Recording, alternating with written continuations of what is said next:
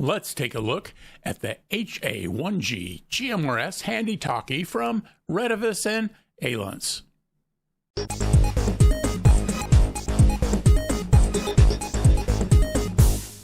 The HA1G GMRS handheld transceiver has a lot going for it. Let's take a deep dive on this solidly built GMRS radio.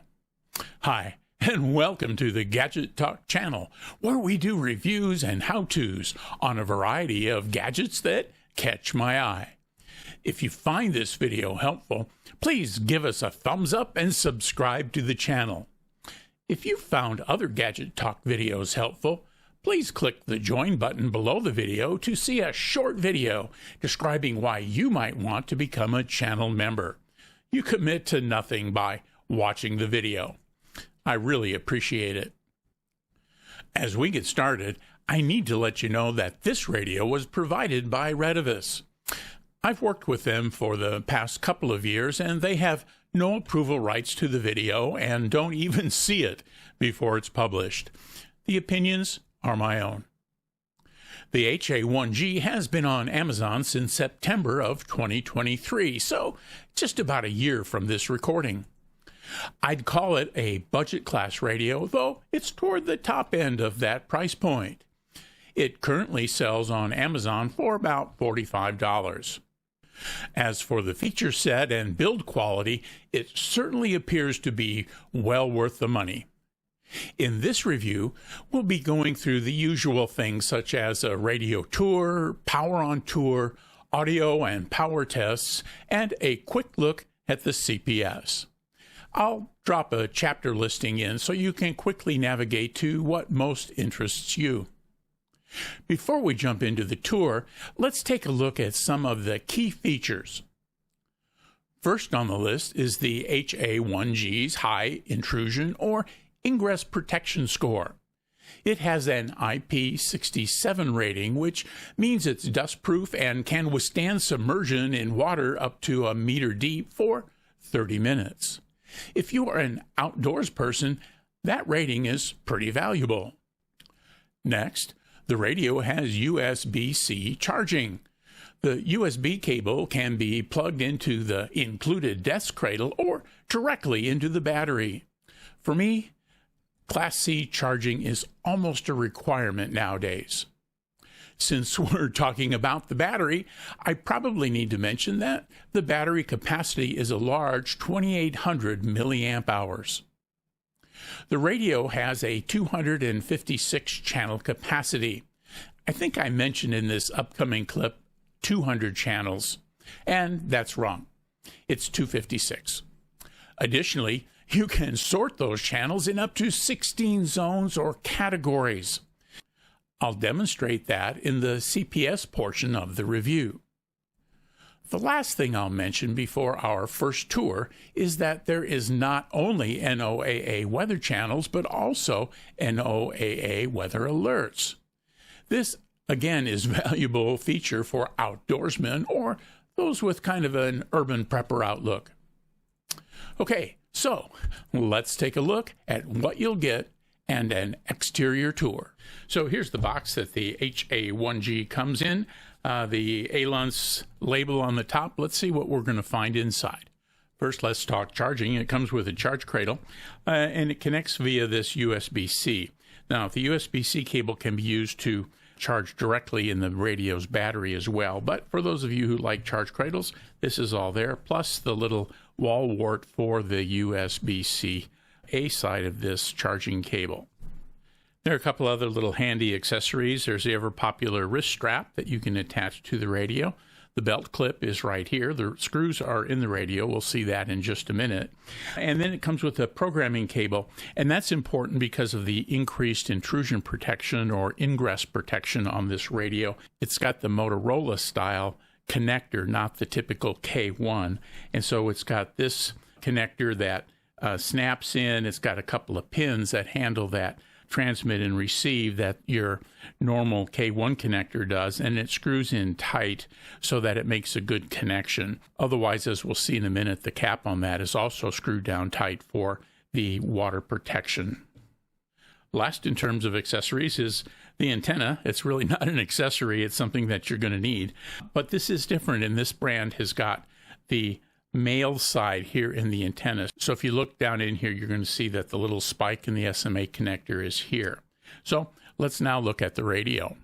Okay, so here's the radio. It's a pretty typical layout. It really feels pretty good. It's a little bit larger, certainly than some of the mini radios that are popular on the market right now, but it's got a good hefty feel, a solid feel, and it's got a little bit of weight. It's not to say that it's heavy, but it's just solid and it looks good.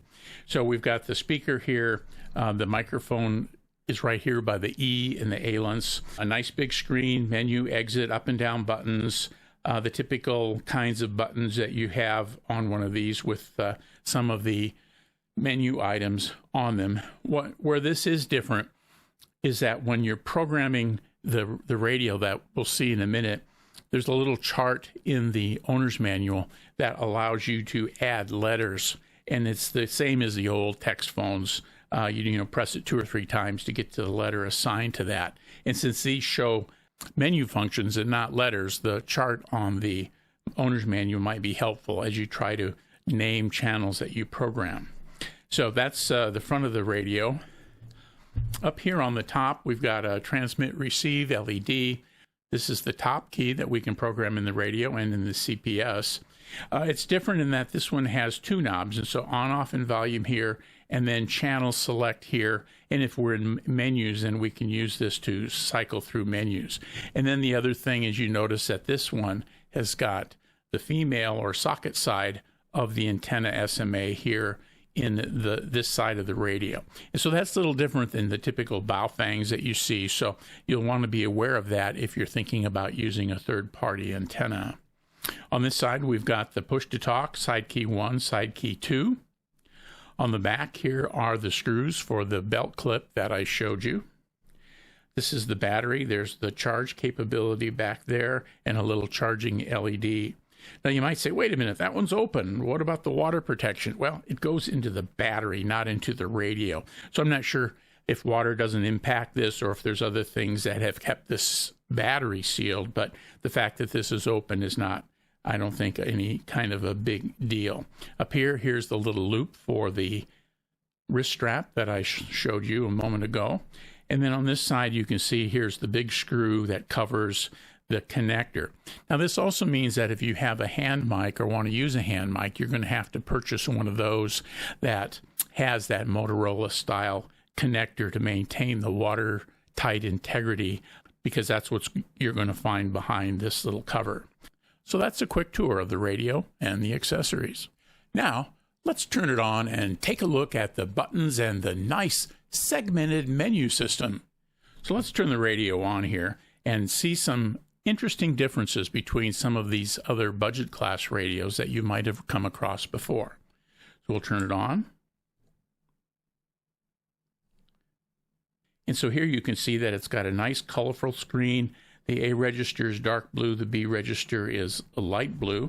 Use a scan button to switch between the two. And then you can see a couple of things here in the display that I'll point out to you. You see it says it's channel 1. I've got it set for name, so it says GMRS 1. Over here that you see a little H, might be hard to see, but it's there, for high power. And over here you see a wide for the wide and narrow. GMRS 1 is on channel 1, and it's on the all zone. And so this radio has like 16 zones that you can use, and so you can distribute your channels within those zones to do things that make sense to you. Now the downside, and I may have the number of zones mixed up here, but each zone will hold 16 channels. So if you want all of the GMRS channels, you need to be in all. On the other hand, if you want to subdivide those channels and put them in a zone, so for example, where you go camping, where your mother-in-law lives, and so you don't want to have to cycle through a whole bunch of channels, you can divide those up into zones. You can do that on the radio, but it's easier on the CPS, and we'll take a look at that here in a few minutes. Now, the other thing you can do is you can program these to do various things, and that's not unusual. So I have got the top button, short press to go to change my zone up. And so you can see I think there it says zone 1, zone 2, and then it goes back to all. A long press on that button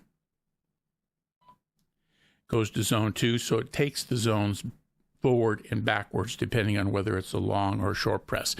And you can change these up in the CPS. So this is just how I've chosen to do it. And then on the lower one, we can do a short press. And that turned on the monitor. And so you notice that it turned green up there because it removed all the squelch and was just listening to the noise that you'd use if you needed to try to pull a signal out that wasn't coming through. And then a long press, it starts the scanning. And you can see scanning is happening in the band that was active. Another long press. Now, you saw that little window open up, and you're going to get another similar kind of window if I press on the press to talk. Let me do that just quickly. And so it says it's transmitting. Now, the reason I bring that up is there a firmware update that really makes a couple of big changes in terms of the usability of the radio. And they're mainly here on the screen. And so with the new firmware, and I'll probably do a second video on that, just because I think this one will probably get a little long, but it changes the colors. And so the blue and the white stay the same, but GMRS on white stays black, but GMRS on blue goes to a white colored font. And then when you press to talk, instead of getting that little pop-up window with the real small text, the whole screen will turn green and it'll tell you where you're transmitting on. And so there are just a couple of really cool usability features in the firmware, so I would encourage you to download those from the Retevis website for this brand and the HA1G model so that you can make those changes. So those are pretty cool. Now, the menus work the same way, so if I go into menu, the menu comes up, but where things do change, instead of like having 50 or 55 menu items, they're all grouped into subheadings. So that'll take another little bit to learn what's in what, but they really make quite a lot of sense. And so if we work down there, here's my zone settings, press menu again to access, and there I can get my all channels, zone 1, zone 2, and so forth, exit to back out of that. And so my channel settings are really cool, so I'm going to go in here. So I have all my channels. I've got 52 active. I'm going to go down to VFOB, VFO1 going up, and then I'm going to scroll down to any of these. And so if you go to 3 and select it, then you get this channel setting menu, and you can go in and change the name. You can enter the bandwidth, transmit and receive frequencies, all of this, making input of new custom channels very, very easy. Now, you're going to want to do that down on 32 or 33 or something like that, but it makes programming your channels in the radio very, very easy. Scan settings allows you to set up your scanning, signaling, emergencies, call tones are available. Let's see what we got here. Tone, let's see what tone 1 is. Or tone 2. And so there are a number of tones that you can choose. I'm going to leave it the way it was, back out of this. The weather setting allows you to go into weather, and you can set the weather alarm. NOAA will broadcast a subaudible tone if there's like a tornado warning or a flash flood warning. I've got that set to off, but I do have my NOAA channel list here that I can make use of so I don't get awakened in the middle of the night with the alarm, unless you're out and about and want to be awakened if there's an alarm.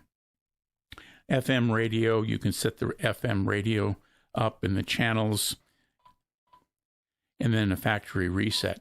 So I find this is a really handy menu system to be using.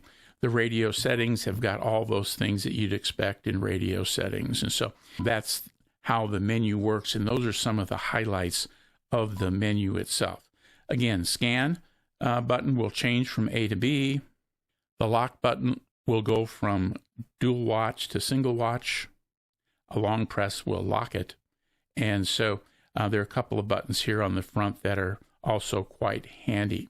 So as we close out this part of the review, I'd encourage you to download the firmware update and make that update to get some real cool enhancements to the display here on the HA1G. Here's a quick sound check. Test, HA1G. Receive test. 1, 2, 3, 4, 5, 4, 3, 2, 1. Test out. Test, 1, 2, 3. 1, 2, 3. Transmit test on the HA1G. Test out. WRKZ 231. A lot of folks are interested in power output. Here's what my test showed.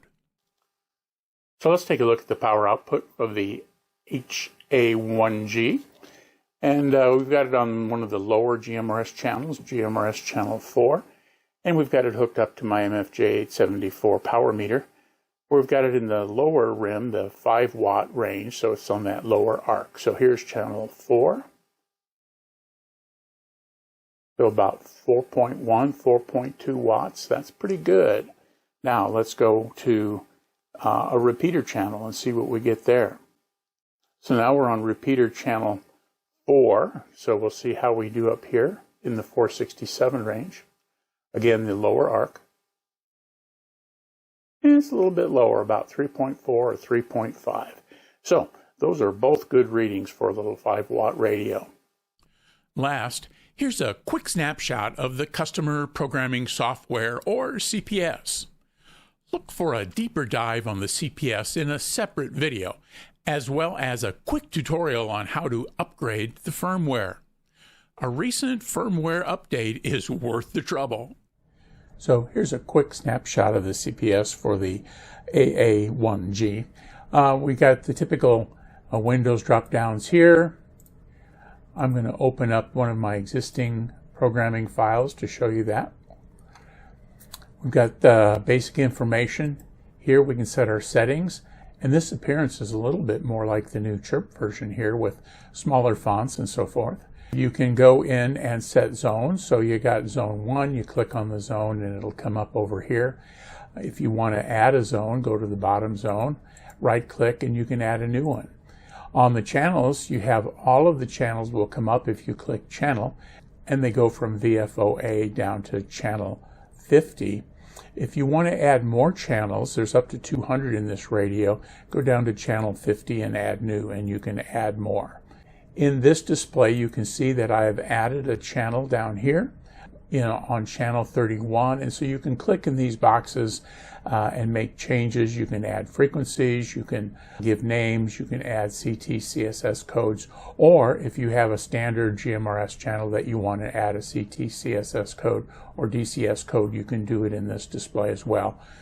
The other way you can access these is to simply click on the channel, and then you just get those items displayed in a small box for the channel itself. So that's all pretty interesting to do. You can set your settings for scan, DTMF settings, and so forth. So all of this is in here. It's a very nice CPS in terms of a factory provided CPS. It's very visually appealing. It gets the information in there easily, and it's easy to operate. Well, what do you think? I was very impressed with the HA1G's build quality and solid feel. It fit in my hand very well, and I like the second knob on the top for scrolling through channels or menu items. Speaking of the menus, I really like the way they're categorized in the menus. I don't have to scroll through a long list of menu items. The channel menu was particularly helpful when programming new channels when not using the CPS.